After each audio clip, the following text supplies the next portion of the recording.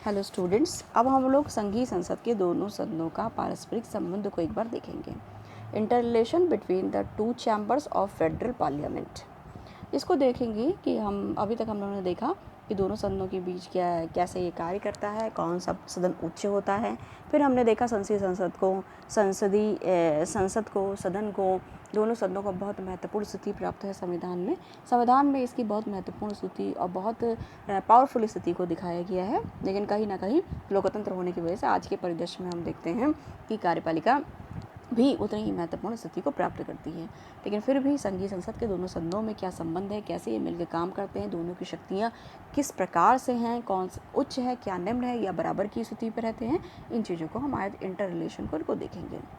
Swiss संविधान के अनुसार संघीय संसद के दोनों सदनों की शक्तियाँ बिल्कुल समान की गई हैं, जबकि अन्य देशों में हम देखते हैं उच्च सदन और निम्न सदन की शक्तियाँ जनता के प्रत्यक्ष चुने जाने की वजह से ज़्यादा और उच्च सदन की उस हिसाब से कम होती हैं।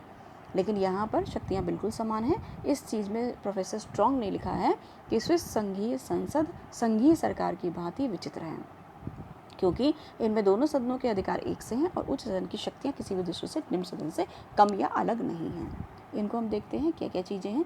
साधारण विधेयक हो या वित्त विधेयक हो, संघीय संसद के किसी भी सदन में प्रस्तावित किया जा सकता है और कानून का रूप धारण करने के लिए उसे दोनों सदनों से पारित होना आवश्यक भी है।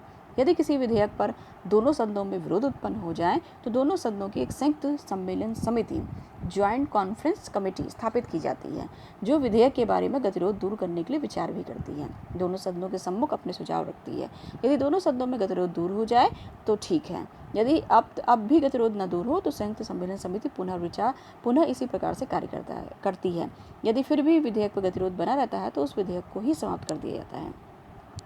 स्विट्जरलैंड में दोनों सदनों में गतिरोध बहुत ही कम होता है, इसका कारण यह है कि दोनों सदनों में कोई प्रतिस्पर्धा नहीं है और दोनों ही सदन व्यवहारिक दृष्टिकोण के आधार पर ही अपना कार्य करते हैं।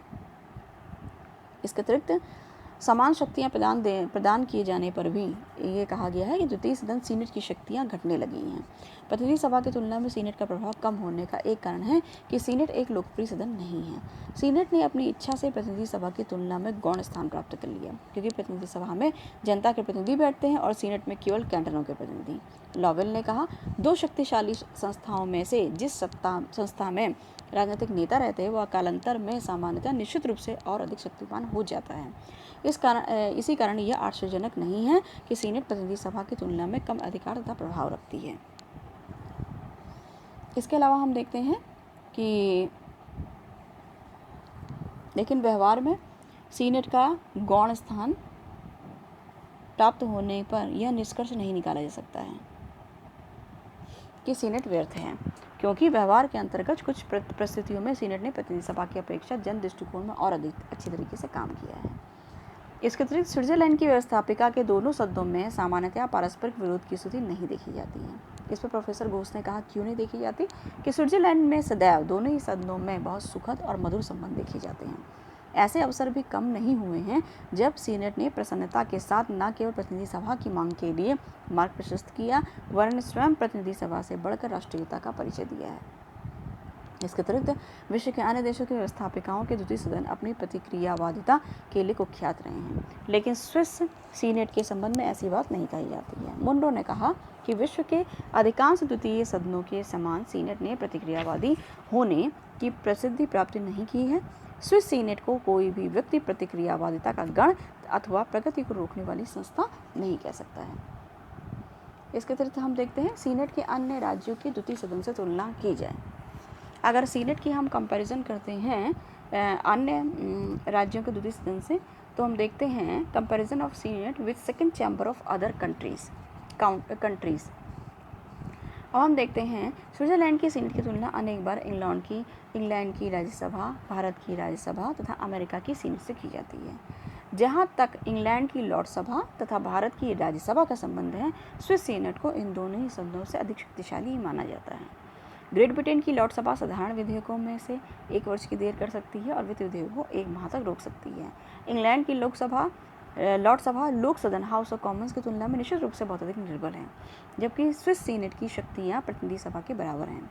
भारत में राज्यसभा की शक्तियाँ साधारण विधेयकों में के संबंध में कम से कम वैधानिक दृष्टि से लोकसभा के बराबर हैं, किंतु वित्तीय विधेयकों के संबंध में इसकी स्थिति बहुत ही निर्बल है, क्योंकि इसके द्वारा केवल 14 दिन तक वित्तीय विधेयक को रोके जाने का कार्य किया जा सकता है। लेकिन स्विस सीनेट को सभी विषयों में प्रतिनिधि सभा के बराबर ही शक्तियाँ प्राप्त हैं।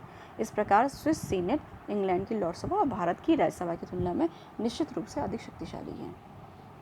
इसके अतिरिक्त हम देखते हैं स्विस सीनेट की कभी कभी अमेरिकी सीनेट से भी तुलना की जाती है। अमेरिकी सीनेट को न केवल प्रतिनिधि सभा के बराबर शक्तियाँ प्राप्त हैं, वरन उसे कार्यपालिका के क्षेत्र में भी कुछ अतिरिक्त शक्तियाँ भी दी गई हैं, जैसे राष्ट्रपति द्वारा की गई नियुक्तियों की पुष्टि करने, संधियों के अनुसमर्थन की शक्ति। इन शक्तियों ने अमेरिकी सीनेट को विशेष और बहुत अधिक महत्वपूर्ण स्थिति प्रदान कर दी गई है, जैसी स्थिति न तो अमेरिका प्रतिनिधि सभा को प्राप्त है और न ही विश्व के अन्य किसी द्वितीय सदन को प्राप्त है। इस प्रकार अमेरिकी सीनेट स्विस सीनेट से अधिक शक्तिशाली है। इसके अलावा हम इनकी समिति व्यवस्था को देखते हैं। संघीय संसद में समिति व्यवस्था, committee system in federal parliament. इस प्रकार हम देखते हैं कि अन्य देशों की भांति स्विट्जरलैंड में भी व्यवस्थापिका के विधायी कार्य को हल्का करने के लिए समिति व्यवस्था को अपनाया गया है।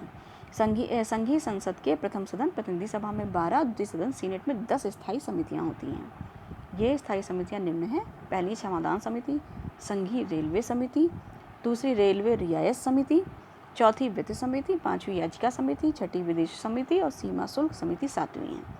इन समितियों में विभिन्न राजनीतिक दलों को उस अनुपात में प्रतिनिधित्व प्रदान किया जाता है जिस अनुपात में व्यवस्थापिका में इन राजनीतिक दलों के सदस्य होते हैं। ये समितियां विधेयकों के संबंध में आवश्यक तथ्य एकत्रित करती हैं और उन पर सूक्ष्म रूप में विचार कर सदन को अपनी सम्मति देती हैं। स्विट्जरलैंड में इन समितियों की भूमिका परामर्श देने भर की है और उन्हें विधेयकों के संबंध में यह स्थिति प्राप्त नहीं है जो स्थिति अमेरिकी समितियों को प्राप्त है। इन समितियों से समय की बचत होती है और विधायी कार्य अधिक श्रेष्ठ रूप में संपन्न हो सकता है। इसके अतिरिक्त हम विधायी प्रक्रिया के अंतर्गत देखते हैं लेजिस्लेटिव प्रोसेस को। लेजिस्लेटिव प्रोसेस विधायी प्रक्रिया के अंतर्गत हम देखेंगे स्विस संघीय संसद के दोनों सदनों के अधिवेशन, संघीय सरकार के सदस्यों, संघीय न्यायपालिका के न्यायाधीश और कुछ दूसरे संघीय अधिकारियों के निर्वाचन तथा कुछ अन्य प्रयोजनों के लिए संयुक्त रूप में होते हैं। ये संयुक्त अधिवेशन प्रतिनिधि सभा के भवन में होते हैं और प्रतिनिधि सभा का अध्यक्ष ही संयुक्त अधिवेशन का सभापतित्व भी करता है। शेष कार्यों के लिए दोनों सदन के पृथक पृथक अधिवेशन होते हैं। विधायी क्षेत्र के दोनों सदनों की शक्तियां बिल्कुल समान हैं और साधारण विधेयक हो या वित्तीय विधेयक संविधान के अनुसार किसी भी सदन में प्रस्तावित किया जा सकता है, लेकिन व्यवहार में यह परंपरा स्थापित हो गई है कि बजट पहले निम्न सदन में रखा जाएगा और रेल बजट दोनों सदनों में से एक साथ प्रस्तुत किया जाएगा। अतः संक्षिप्त रूप में हम देखते हैं कि विधायी प्रक्रिया कैसी होती है। जिस तरीके से हम लोग विधायी प्रक्रिया हमारे वहाँ की जाती है उसी तरीके से लगभग कुछ तरह उनका भी है। प्रथम विधेयक जो प्रस्तुत किया जाता है, फिर समिति व्यवस्था होती है, विधेयकों को पारित करते हैं, मतभेदों को दूर करते हैं, विधेयकों का प्रकाशन करते हैं। इस तरीके से इनकी वहाँ भी कुछ प्रक्रियाएँ अपनाई जाती हैं। सबसे पहले होता है विधेयक प्रस्तुत करना। स्विट्जरलैंड में विधायी सदनों में विधेयक 4 प्रकार से प्रस्तुत किए जाते हैं। पहला संघीय सरकार द्वारा, दूसरा संघीय संसद द्वारा, तीसरा कैंटनों द्वारा और चौथा संघीय संसद के किसी भी सदन के किसी भी सदस्य द्वारा। लेकिन व्यवहार में संघीय सरकार की अधिकांश विधेयक तैयार करता है और उन्हें प्रभावित करता है। वित्त विधेयक संघीय सरकार द्वारा ही प्रस्तावित हो सकता है, किसी सदस्य द्वारा नहीं। विधेयक प्रस्तावित होने पर उनके सिद्धांतों पर विचार किया जाता है और यदि उससे सदन सहमत होता है तो विधेयक समिति को विचारार्थ सौंप दिया जाता है।